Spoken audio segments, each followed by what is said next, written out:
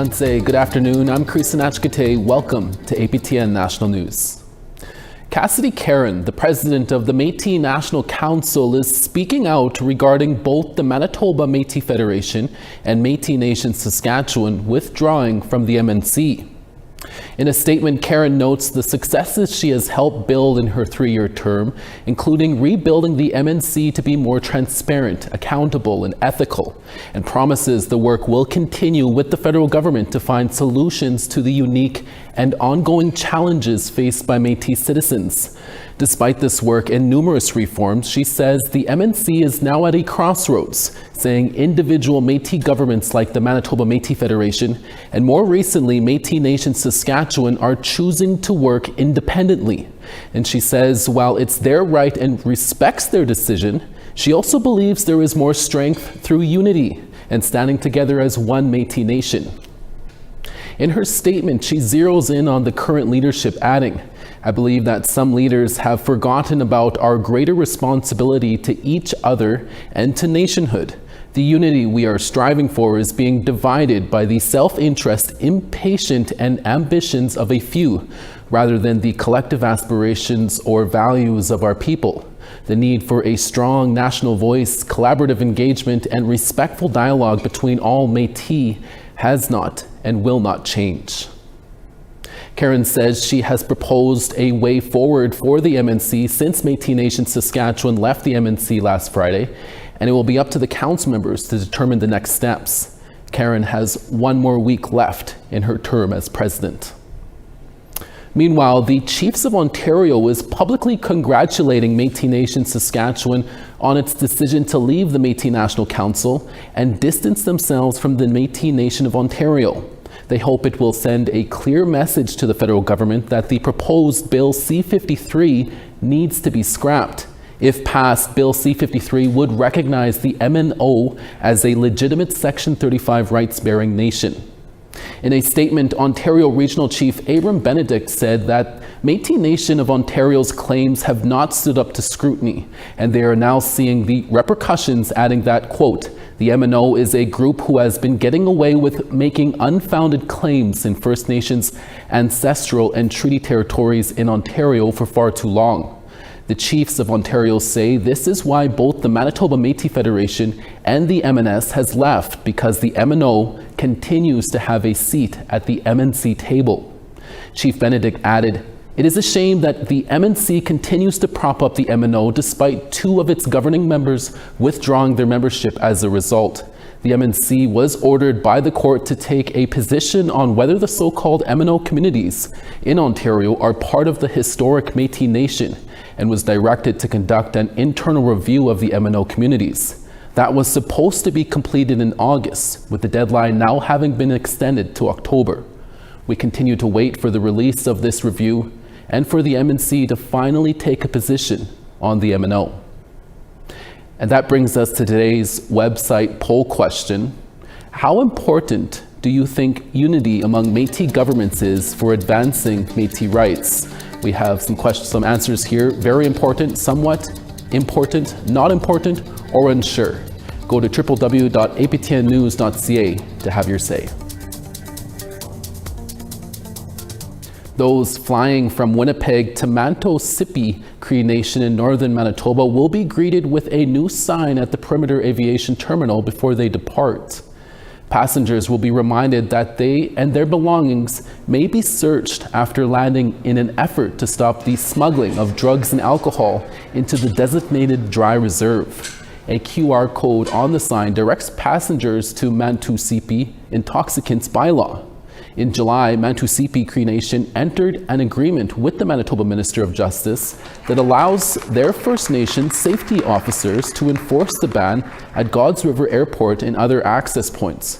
Those caught transporting alcohol could be fined $2,500 under the Liquor, Gaming, and Cannabis Control Act.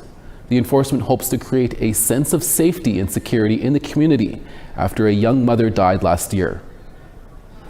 It's a testament for our community, for our leadership, that, the safety is paramount for our community. We have lost lives that could have been prevented. And that's one of the things that, our primary motivation in getting out all that the drugs and the alcohol to not to be smuggled in, and we want to be able to tackle these drug traffickers in our community and the bootleggers. And most of all, the healing will begin for our community. There's another candidate in the race for chief of the Federation of Sovereign Indigenous Nations in Saskatchewan. Third Vice Chief Ali Bear has announced her intent to unseat incumbent Bobby Cameron at this fall's election. Video journalist Rachel May has more. I announce my candidacy today, September 23rd, 2024, to run for the Chief of the Federation of Sovereign Indigenous Nations. At Dakota Dunes on the Whitecap Dakota Nation, Ali Bear launched her campaign for chief to a room filled with supporters. Chief Matthew Pegan of the Pasqua First Nation not only supports Bear, but nominated her for this election.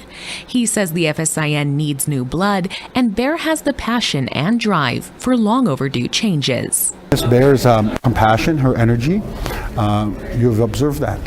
And I've observed a number of people, and in her leadership role as a vice chief, she doesn't set the tone, but as chief, you can set the tone. And with her passion and her energy, I believe that tone that she will set with her vice chiefs, would be a benefit to all the First Nations within the FSIN. Dorothea Swift-Wolf, a missing persons liaison with the Saskatoon Police Service, is not a chief and doesn't have a vote, but she supports Bear. If you've never been in a court at all and you don't understand the language that's used or why things are done this way, Ali was able to explain to our families, work with the families, and support our families.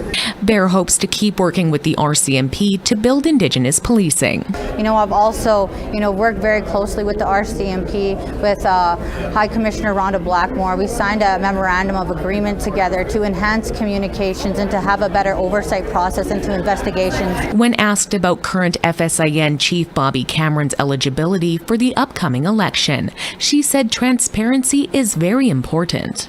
We need to abide by our own traditional protocols and values, and one of that's honesty and truth.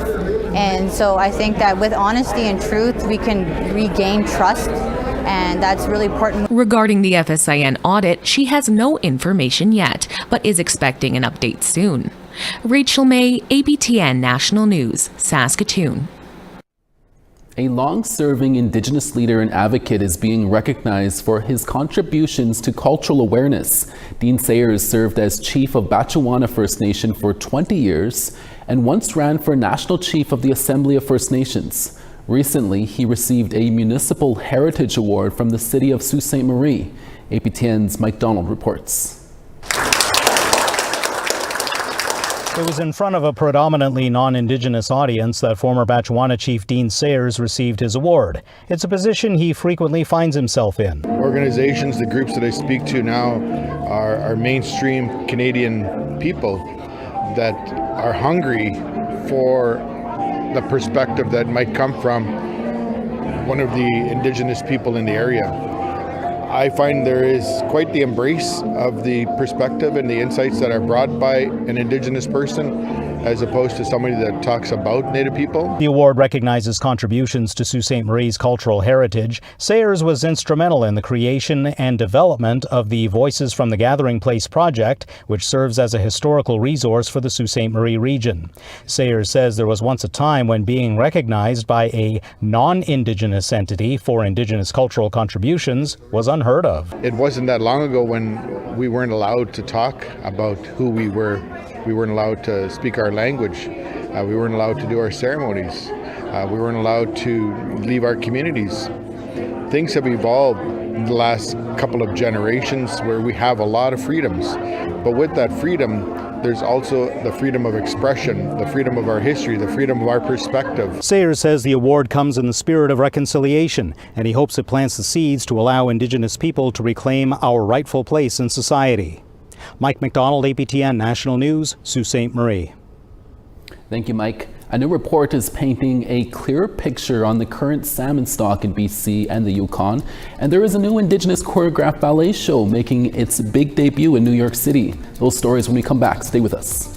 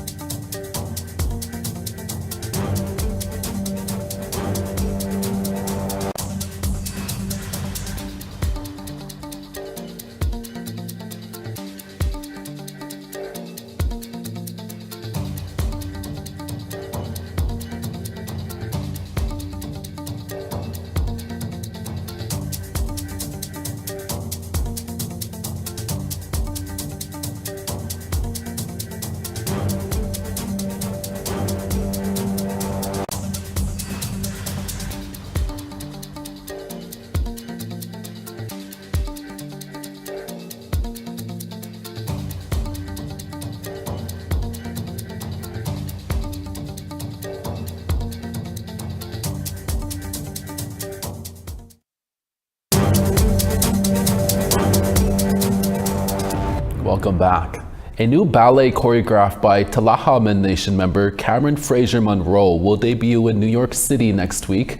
Titled Shegatum, it tells the story of Tla'amin elder who learns to lean on his community in a time of need. APTN Sarah Bentons chats with Fraser Monroe about the ballet and brings you a sneak peek from rehearsals.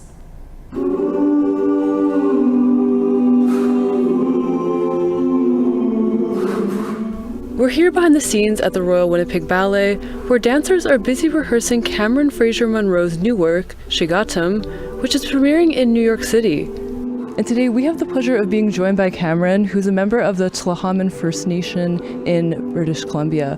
Caron, would you mind just telling us a bit about the story behind this ballet?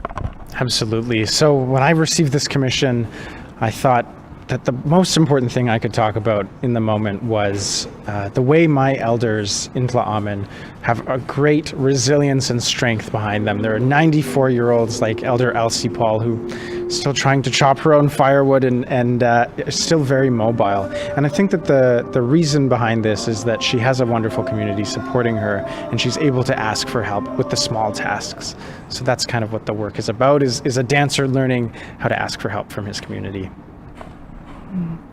Yeah, and I know this work is a partnership between, the RWB, the New York City Center, and the Bard Center for Indigenous Studies. I'm curious to know how this opportunity come about in the first place. Yes, absolutely. And so it has come together very quickly. Normally commissions take years and years of planning, but New York City Center hosts Fall for Dance Festival every year, and they bring in some wonderful companies. And they reached out to the RWB to commission me to create a new work in partnership with the Bard Center for Indigenous Studies. So part of the event is a lecture and demonstration at Bard College, as well as a talkback in New York City. And we're taking this work down to premiere on September 26th. So it's very exciting. Yeah, and so I know the meaning of Shegatum is to lift someone. I was curious to know, how do you kind of convey that through movement in this ballet? Yes, it's to lift someone up, and it starts quite literally with someone standing on the shoulders of his community, and then he falls from his kind of peak of leadership and has to relearn how he negotiates those relationships and how he relates to the people around him. So, of course, there's a lot of physical lifting, but it's also very much about the way we lift up our elders and support those people, because they're not superhumans, they're people just like us as well.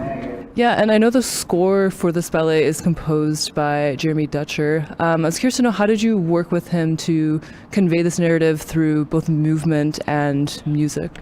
That's right, and I'm super excited because Jeremy Dutcher's album just won the Polaris Prize, and he's the only individual in that awards history to have won it twice. Jeremy Dutcher! It's very exciting that we're taking that music to premiere this ballet in New York. So I didn't collaborate with him directly, but I did draw a lot of inspiration from that beautiful music, from that beautiful score, in order to tell this story. And in this case, the music actually came first. I heard that music and I knew I was going to have to choreograph to it, and I was saving it for the right opportunity, and I didn't have to wait long because this came up. And I'm, as I said, really excited to take Jeremy's work to Fall for Dance. Mm-hmm. And I know you also have a background in grass and hoop dancing, and I'm curious to know, how do you incorporate those styles into your work?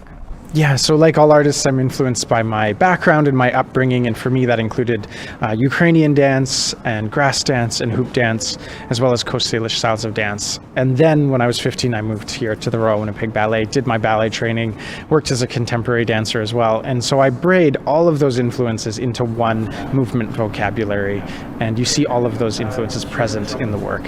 Yeah, so you have less than a week till you and the dancers are all headed to New York City, but I'm curious to know, with this premiere, what do you want people to learn from this work and take away from this ballet? Yeah, well, I'm honored that we have this opportunity to share this art on the world stage. I think that it's a huge opportunity to share other Indigenous artists as well as myself. So we mentioned Jeremy Dutcher, but we also have lighting design from Andy Morrow. So I just hope that we will be present on this world stage with companies like the Dutch National Ballet, Boston Ballet, of course, New York City Ballet, and to show them the excellence that all of our artists are cultivating in our own communities, and maybe to have an opportunity to share that in a wider form. So yeah, that's what I'm hoping they'll take away from it. Awesome. Well, thank you so much for talking with us, Cameron. And yeah, best of luck in New York. And back to you in studio. Thanks, Sarah. The salmon in BC and the Yukon is seeing a widespread decline. We'll speak to an expert on this topic when we come back in less than 3 minutes. Stay with us.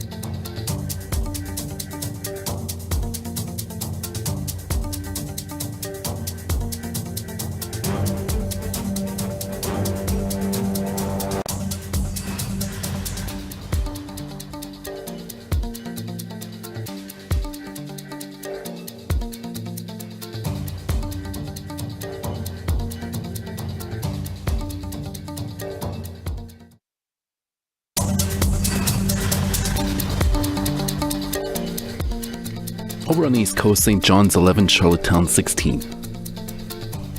Cartwright 11, the Grand River 11 as well. Gaspé 15, Val-d'Or 13. Windsor 17, Peterborough 16. 24 in Timmins, 13 in Sioux Lookout. God's Lake 13, Thompson 10. Winnipeg 16, Barons River 17. 14 in Regina, Saskatoon 14. Stony Rapids 2, Buffalo Narrows 14. 20 in Peace River, Fort Chipewyan 18. 27 in Calgary, Red Deer 28. Tofino 16, Kamloops 28. Sandspit 15, Smithers 13. Beaver Creek 10, Mayo 10 as well. 12 in Yellowknife, Wati 9. Sax Harbor 5, Colville Lake 5 as well. Baker Lake 7, Chesterfield 8. And Arctic Bay 8, and Igloolik 4. A new report by the Pacific Salmon Foundation is reporting widespread decline of salmon in British Columbia and the Yukon. The State of Salmon Report is the first of its kind to assess Pacific salmon and steelhead species across 9 regions in Canada. It found more than 70% of salmon are below their long-term average. Here to talk about the report is Katrina Connors, Senior Director of Pacific Salmon Foundation. Thanks so much for joining us today, Katrina. Can you walk us through the report's main findings? Yeah, so overall, we found that there was fairly widespread declines in salmon abundance across all 6 species of Pacific salmon and in all 9 major salmon-bearing regions in Western Canada. And we found that out of the 41 different combinations of species and regions, more than 70% of them were below their long-term average abundance. So that was the main finding. And within that, we also found that 2 species, in particular chum and steelhead, were doing the worst, with abundances below the long-term average in every single region we looked at. In addition to that, we also found that northern regions within Western Canada had the most widespread declines. And this is something that was concerning for us, given that northern regions are warming faster than the rest of Canada. But we did find some hope. We do see some encouraging signs of recovery, and we point out some of those examples within our report. Yeah, like you said, the report states the northernmost regions of BC and the Yukon are warming faster than the rest of Canada. What impact does that have on salmon? Yeah, it certainly is having impacts on freshwater environments and marine environments as well. On the freshwater side, with a rapidly warming climate, we're starting to see stream temperatures increase and testing salmon. So salmon can only survive in freshwater up to a certain upper limit. And in many years, in many places in northern regions, we're starting to see that thermal limit be exceeded. In addition to that, we have persistent drought in some regions that are leading to low flows, and these are leading to challenges for salmon survival, causing more stress, leading to more pre-spawn mortality. And then in the marine environment, we're seeing warming of the ocean, and this is having a number of ecosystem level effects, including providing less nutritious food that salmon in northern regions like to predate on. You're seeing less nutritious food brought about in part by a warming ocean.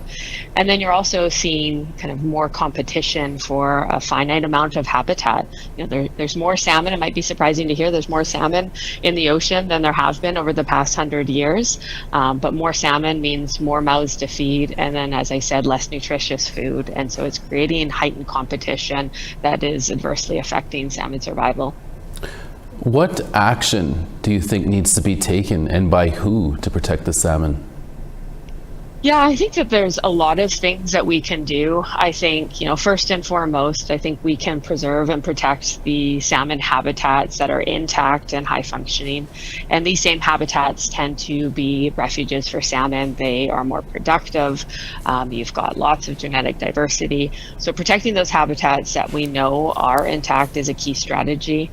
And in particular, when we're thinking about those habitats, we can be more forward-looking. We can ask ourselves which of these habitats are likely to be more resilient to a rapidly changing climate. As an example of that, some habitats have natural climate refuges. They'll have places of cold water upwelling, and protecting habitats that have those climate refuges are going to help salmon adapt in a changing environment. I think that's one key part. Another key part is just minimizing the impacts fisheries have on at-risk populations. And there's good examples of how that can be done by having more selective fisheries. For example, in the Nass, the Nisga'a First Nation, they operate a fish wheel where they have a fairly intensive monitoring program in place to count returning salmon. They know which populations, which species, and how many are coming back real time in season. And they use that information to inform their fisheries to make sure that they're minimizing impacts to at-risk populations and are harvesting those that are more abundant. And that's kind of an example, but it's a key strategy that we can employ in order to have more sustainable fishing opportunities. The last piece I would just say is also addressing some pretty critical data gaps that we found. So a key part to protecting and preserving wild salmon is understanding how they're doing. And we couldn't do that everywhere. There were some areas and for some species where there wasn't enough information that we're collecting that we really just don't know how salmon are doing. And so knowing when and how to intervene is a problem if you don't know where you're starting from. Yeah, and like you said, Katrina, the report also found there were signs of hope when it comes to the salmon. Can you tell us any more about that? Yeah, so some great examples of hope would be in the southern parts of BC. One example that we highlight in our report is Fraser Coho. And as you might know, Fraser Coho actually crashed in about the mid 1990s. They were highly abundant in the early 80s, but then they declined by over 60%. And at the time, there was some pretty stark measures put in place, including an almost complete ban on fisheries. Yeah. And that's been in place for a couple decades. And it's only in recent years that we're starting to see coho numbers come back above their long-term average. And so this really provides hope that we can put measures in place, that we can see signs of recovery if we, limit human actions, put fishery bans in place, but also invest in salmon recovery, which is also a key aspect of the recovery here. Well, we'll have to leave it there, Katrina. Thank you for your time for talking about this important report. My pleasure. Thank you. That's your midday newscast for this Tuesday, September 24th. Dennis Ward will be here in a few hours for your evening newscast. Make sure to join us then. From everyone at APTN National News, thank you for watching. And again, we'll see you tomorrow. Exe.